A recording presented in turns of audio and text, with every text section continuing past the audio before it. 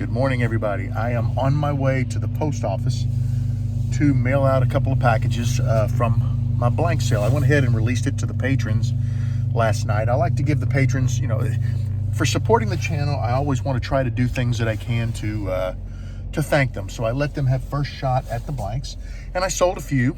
The sale with the patrons is going to run through about 6 o'clock tonight. Then I'll turn it off and I'll pull the video down, refilm the remaining blanks, and there are still over 100 blanks left. There's a lot of blanks. And then I'll re-edit that video and get it posted, and it is going to drop on Tuesday at 6 p.m. And I did that to give me time. I've got some things happening this weekend. I hope to spend a lot of time in the shop. I got some videos I want to make, and then we got some things we want to do, my wife and I. So I didn't want to put myself in a situation where I couldn't dedicate time to the sale or I couldn't dedicate time to my wife. So the sale will actually be Tuesday evening at 6 p.m. and I'll probably run it till about 8, depending on how it's going. If things are going, it's still moving pretty good, I'll stay a little longer. Otherwise, I'll shut it down about 8 o'clock. But thank you to everyone who has purchased blanks. Thank you to everyone who is interested in purchasing blanks. There are a bunch of them, and you should be able to find something you really like. And there is one caveat: if you purchase a blank from me, when you turn a pin, you got to send me a photo. All right, I'm driving, so I got to shut this thing off. Hello, everybody. Saturday morning, and I am out in the shop. I got a lot I want to do this weekend. I need to get my laptop set up so I can kind of look at the list of things I want to work on and see what I can get done this weekend. So hopefully we can get a lot of stuff done. I'd like to come out of this weekend with a couple of 2-3 videos that I could put together and add to the list. Just to keep things going. That way, if I do have to make a trip or something, and I can't be in the shop for a couple of weeks, videos still come out every Friday. So I don't know exactly where I'm going to start. Let me get the laptop set up and see what it tells me I need to do. And I've got what I was working on the lathe over there. We may work on that today. I'm not 100% sure just yet, but I'm sure there'll be a lot of stuff going on. So stay tuned and I'll keep you posted. After spending just a few minutes out here, I realized that there's no way I'm going to spend the whole day out here without a little bit of heat. So I gave in and I fired up my heater. It is just cold out here today. I want to show you guys my latest pen.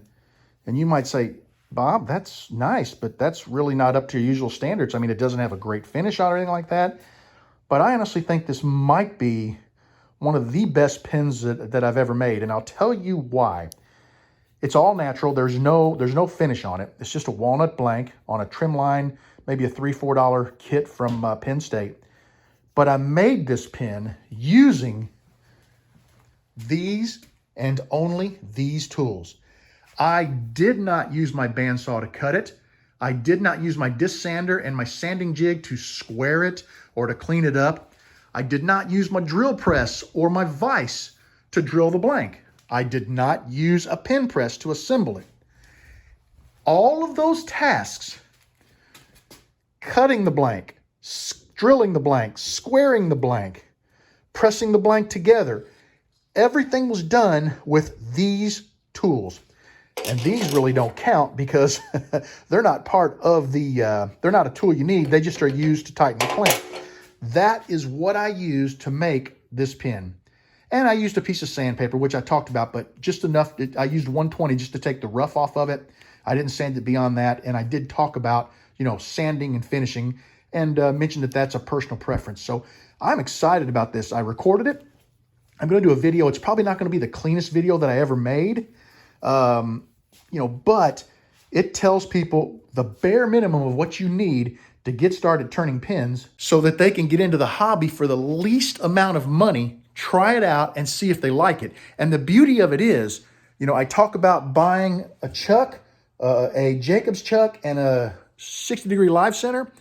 So if they decide they don't like pen turning, those tools can be used for so many other facets of turning. You didn't waste your money. So I think this is going to be great. The only thing they would waste in this case would be the mandrel. What's that, 35, 40 bucks? Not too bad, not too shabby. So be on the lookout for that video. I hope the video turns out when I edit it. Like I said, it wasn't the cleanest video I ever did, but I think it's gonna be pretty cool. And I think this is pretty impressive, and this will hopefully let a lot of other people enter the realm of turning pins and become addicted like the rest of us and start buying all those other fancy tools that we use, but technically you don't need. All right, guys, I'm gonna see what else I can get into today. I'm having a good time. With that project finished, I think I'll turn my attention back to this and see what I can do. I'm making a mandrel to be able to shape the body on, and it's a very tight fit. I need to take some sandpaper and sand that rod down because this centerpiece needs to go inside of the blank to support it, and then we'll thread it right here on this 10mm tenon so that we can thread this onto the tenon. Then we can bring the live center up and support it. So we'll see how this works. I want to show you guys, I finished my mandrel. I sanded it down to the right diameter and went ahead and put my threads on there. Whoops, let me get it on the right way. There we go. We can thread it up onto here. It stops just shy, which means it's hitting the back of the blank. And I wanted it to be a little bit long like that because, you know, you never know, you might have to drill deeper into some others. But let me bring up my live center, and I should be able to shape this blank to whatever shape I want. It's been a fun day today. I got asked by a guy, you know, he said, I got a lathe for Christmas. What would I have to spend and what would I have to buy to get started pin turning? And I get asked that question a lot. And I actually made a video on using the least number of tools to make a pin. And I'm really happy with what I came up with. And I think it's going to benefit a lot of people because it's going to make pin turning more accessible to people who have a lathe and want to give it a try. They're not sure if they like it, so they don't want to, you know, blow the family fortune on tools. I did make a post on Instagram showing the tools that I used and the pin that I made. And then I turned around and made a bespoke pin, bespoke, artisan, kitless, whatever you want to call it, with the least amount of tools. Basically, well, you'll see that out on Instagram as well. You need a few tools. I kept the drill bits all standard sizes so that you should be able to hopefully buy a pack of bits and get them in there. You don't have to buy a bunch of T bits and S bits. And, you know, if you want to buy that stuff, you can, but you don't have to.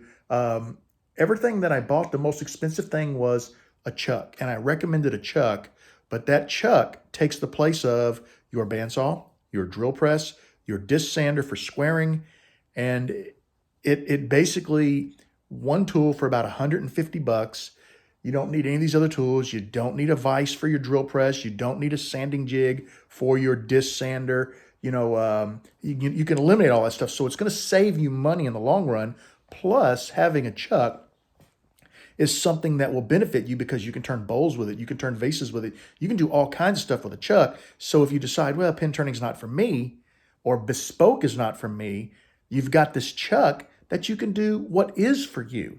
You know, and then I also recommended the other two expensive parts were a Jacob's chuck and a 60-degree live center, which honestly, any turner should have both of those because almost every project you do will require support, hence the 60-degree, and many projects require you to drill into your blank. If you make a pepper mill, whatever, if you make a bowl, you might want to drill a starter hole, a vase, whatever.